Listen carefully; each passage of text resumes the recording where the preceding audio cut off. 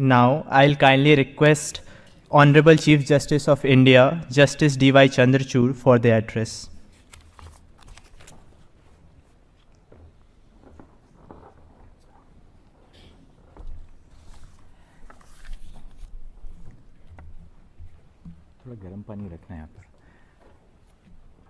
Ms. Anna Jubin Brett, Secretary of UNCITRAL, Mr. Marcin Chapelak, the Secretary General of the Permanent Court of Arbitration, a very distinguished sister, Justice Indu Malhotra, former Judge of the Supreme Court of India and member of the Permanent Court of Arbitration, Justice Sanjeev Khanna, Judge of the Supreme Court of India, my sister and brother judges from the Supreme Court, Chief Justices of the High Court Judges, Mr. R. Venkatramani, Attorney General for India, Mr. Kapil Sibal, President of the Supreme Court Bar Association, President of the Supreme Court Advocates on Record Association, all the office bearers, all the distinguished judges of the High Court and members of the global arbitration community who have assembled here this evening. This conference, as we've heard from different speakers, marks a significant milestone for two towering institutions, the Supreme Court of India and the Permanent Court of Arbitration. At our birth, the Permanent Court of Arbitration was getting into her middle ages. At 125, you have to reinvent yourselves, and the cells have to regenerate. I think we are following in close tandem in the Supreme Court. We are regenerating and reinventing ourselves, whether it's in terms of access to justice or in terms of the adoption of technology or the creation of new infrastructure for our court. As the Supreme Court celebrates 75 years of its establishment, and the Permanent Court of Arbitration celebrates its 125th anniversary, we couldn't have had a better occasion to do something together, which is the launch of the PCA office in India. Well, time has tempered both our institutions, testing their mettle from time to time, with both institutions proving their enduring commitment to the rule of law. The PCA has organized 5 events in India, including one capacity-building training program organized in collaboration with the Ministry of External Affairs. I'd like to take this opportunity to thank the MEA and its secretary, Mr. Damu Ravi, who has really been very personally involved in this whole movement of training and evolution. I've had the distinct privilege of being a part of these events. But today's milestone conference marks a palpable sense of void. Mr. Fali Nariman, an eminent senior counsel and a doyen of the global arbitration community, passed away in February this year. Not only has the Indian legal community suffered the profound loss of a beloved lawyer, jurist, and mentor, but the global arbitration community too has lost a towering spirit and figure. Mr. Nariman was the ultimate multi-hyphenate, if I may call him so. He was the ultimate multi-hyphenate of the PCA as a council, appointing authority, and passionate advocate for its outreach efforts in India. Notably, Mr. Nariman played a key role as counsel in the PCA-administered Indus Waters Kishanganga arbitration between India and Pakistan. This case is truly heralded as a masterclass in using arbitration to resolve even the most sensitive and contentious disputes between nations with delicate relationships.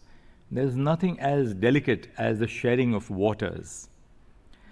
Mr. Nariman was also the chief architect of the outreach efforts by the PCA and independent organizations such as the International Council for Commercial Arbitration in India. He served as a president of the ICCA between 1994 and 2002. Mr. Nariman is often credited with activating the host country agreement between PCA and India by spearheading the organization of the PCA India conferences. In fact, the vision to host an event celebrating the 125 years of the PCA was conceived by and championed with Mr. Nariman at the helm. Today we are realizing his shared dream, though unfortunately without his physical presence. Until the night before Mr. Nariman's passing, he was grappling with arbitration law and working on settling a draft written submission for a constitution bench hearing in the Supreme Court on the subject. Coincidentally, this is a case about arbitrator bias, which the Supreme Court reserved for judgment just a couple of weeks ago. Throughout his life, Mr. Nariman spoke with a candor that was as refreshing as it was terrifying. Who else could make you laugh while simultaneously pinning you to the wall with a piercing question? I vividly recalled his address at the Uncitral South Asia Conference held around the same time last year. In his characteristic style, he fired off a series of piercing questions that the Indian arbitration community continues to grapple with and find answers to. In many ways, this conference is an attempt to pay homage to Mr. Nariman by doing what would have brought him the greatest joy, relentlessly pursuing answers to the tough questions of our times and fearlessly asking new ones. The theme of this conference, International Arbitration and Rule of Law, is particularly significant. The arbitration community across the world often emphasizes the importance of commercial efficiency and ease of business, but these values are inextricably linked to a deep respect for the rule of law. Put simply, the rule of law heralds better economic and commercial outcomes. Respect for the rule of law promotes fairness, stability, and predictability. This in turn creates a conducive environment for economic growth, as investors thrive in a system where rights are protected, contracts are enforced, and disputes are resolved efficiently. A strong rule of law framework also encourages foreign investment, promotes trade, and enhances a nation's global competitiveness, ultimately driving sustainable economic development and improving living standards. The rule of law shares a symbiotic relationship with the creation of an environment which fosters economic stability and growth. Rule of law principles are, in other words, the virtual semiconductors of our digital era. The time has come for India to take the lead in fostering a culture of international arbitration, providing a level playing field for dispute resolution beyond domestic courts. And not without reason. The IMF has predicted a 7% growth in GDP for India for 2024-25, making us rank at the top, virtual top of the ladder. The World Bank has followed suit. Gross foreign direct investment inflows ranged at about $71.4 billion in 2023 and about $71 billion in financial year 2024. There has generally been a decline in global FDI. So the net FDI inflows, which stood at $42 billion in financial year 2023, dipped to $26.5 billion in 2024. According to our Department of Economic Affairs, India's overseas direct investment, ODI, stood at $33.45 billion in FY 2023, US $51.06 billion in FY 2022, and US $50.71 billion in 2021. Between April and June this year, India's ODI stood at about US $9 billion. So these figures are now a clear indicator that India is not just an importer of capital, but we are exporters of capital. We today do not stand on the cusp of a country which is fearful of the inroads of foreign direct investment, or for that matter, of human capital from abroad into India, because we are net exporters of capital, both human and economic. And that's why I said that the time has come for India to take the lead in fostering a culture of international arbitration. By establishing a robust institutional framework, India can champion the growth of arbitration in the global south, promoting a fair, efficient, and reliable means of resolving commercial disputes. I'm delighted that PCA is honoring its affinity with the Indian legal system by establishing a regional office in New Delhi under the host country agreement. The office, located right across from the Supreme Court of India, is symbolic of the common goals of both our institutions to encourage arbitration and promote the rule of law, ultimately contributing to the growth of international trade and investment in our region. I'm certain that this development will be instrumental in recognizing India as an arbitration-friendly jurisdiction in South Asia and would allow parties in dispute located in or near India to take full advantage of the flexibility and efficiency of the PCA-administered framework. Since the last PCA conference in 2020, India has made several strides towards embracing this role of becoming a global arbitration hub. I would like to take this opportunity to share some of these successes with the audience, particularly from overseas. A prerequisite for achieving commercial efficiency and upholding the rule of law is certainty. In a landmark decision in Cox & Kings versus SAP India Limited, a 5-judge constitution bench of the Supreme Court conclusively resolved the ambiguity surrounding the group of companies doctrine in the Indian context, putting to rest conflicting interpretations and establishing clear principles of law. The law in India on this point is now consistent with international practice. Indian law mandates that certain documents be stamped, indicating that the necessary duty has been paid to the Indian revenue authorities. In December last year, a 7-judge bench of the Supreme Court of India settled a question about the enforceability of an arbitration clause in an unstamped agreement. Initially, a bench of 5 judges of our court in NN Global Mercantile Private Limited versus Indo-Unique Flame Limited had held that an arbitration clause contained in an unstamped agreement cannot be enforced, and a referral court may prevent the initiation of arbitration until the underlying contract is validly stamped. Quite understandably, there was a furor in the investment community. The Supreme Court was quick to course correct, and a bench of 7 judges upheld the principles of severability and the primacy of arbitral autonomy. The court advocated for a hands-off approach by referral courts and held that the court is only required to examine the existence of arbitration agreements, leaving it to the arbitral tribunal to rule on its jurisdiction. Further, we held that the issue of an insufficiently stamped instrument is not fatal to the arbitration agreement and can be dealt with by the arbitral tribunal in accordance with the doctrine of severability.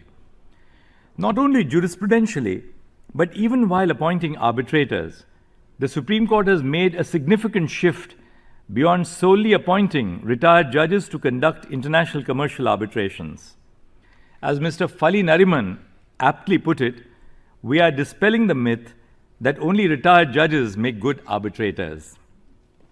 This evolution acknowledges the wealth of talent among young advocates and arbitration practitioners, including a growing number of women members of the bar today. I've been told by my courtmaster just this afternoon that among the 45 appointments which I've made in the last few months of arbitrators under Section 11, over 23 have been from the bar of the court, the rest being from former judges. If I'm being candid, my initial instinct on the bench was to appoint a retired judge, simply because that is the way we have always done it, a habit rooted in familiarity.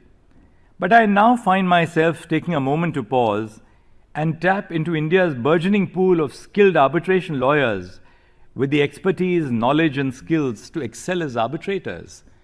Ultimately, it's also a question of supply and demand, and there's so much of work being generated that there is enough for people, particularly young women lawyers, to act as arbitrators, completely displacing the gender imbalance in the world of arbitration. In fact, we are taking a step forward to not only dispel the myth that only retired judges make good arbitrators, which of course they do. I hope Indu will be pacified. Also Brother Rastogi, who is in the audience. But to further experiment with the proposition that good arbitrators also make good judges. And how is that? As arbitration gains traction as a preferred mode of dispute resolution, related litigation is increasing before the courts, requiring judges with specialized expertise. Members of the bar with extensive experience in conducting arbitrations and appearing in arbitration-related cases have been appointed as judges of the high courts in the last few years. Similarly, practitioners with significant experience in international arbitration are increasingly being designated as senior advocates by the Supreme Court of India and by the high courts. On the legislative side as well, the Parliament has initiated efforts to revamp the Arbitration and Conciliation Act of 1996. To this end, the Ministry of Law and Justice has established a committee to review the effectiveness of the Act and suggest amendments. The committee has submitted its report, which is now being acted upon by the Ministry, paving the way for potential reform. In the midst of this unprecedented enthusiasm for arbitration in India, this is an opportune moment to convene the PCA, Supreme Court of India Conference. There was a time when we were fearful of investor-state arbitration. And the reason for that was very simple. We lacked the professionalization which was required to deal with investment disputes between states and between investors and states. That environment has changed with the growing professionalization of arbitration in India. The government of India has been a very engaging partner in ensuring that we train our diplomats, not just in India but overseas, to bring a greater focus on the framework in terms of human resource development needed for pitchforking India as one of the leading participants in the international dispute resolution process. So the fears of white industries and the horrors of the early disputes have now given way to increasing success by India in the international dispute resolution framework. And nothing succeeds as success just as failures provide the occasional blip or setback. I'm hopeful that over the next 2 days we will engage in candid and constructive discussion, tackling pressing questions head-on with the shared goal of strengthening the international arbitration ecosystem. I look forward to the ideas and perspectives that will emerge, both in the formal sessions and in the informal conversations that will take place throughout this conference. We have very distinguished judges of the high courts, experts on commercial arbitration, who have spared time to come here from different high courts to participate in this conference, because the future really belongs to them. They are the people who are going to really provide mentorship as judges of the high courts and later of the Supreme Court in the field of arbitration. And it is in that hope that we've had this talent of people from the bar and from the bench to come and work with us shoulder to shoulder in making this conference a success.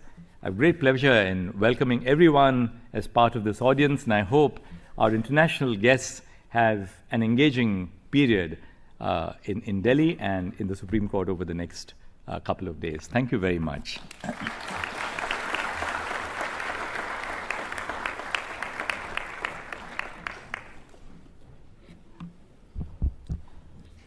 Thank you, Justice Chandrachud, for giving insightful perspective. And I extend my gratitude to all the speakers for their speeches and setting the tone for further discussions over the next 2 days.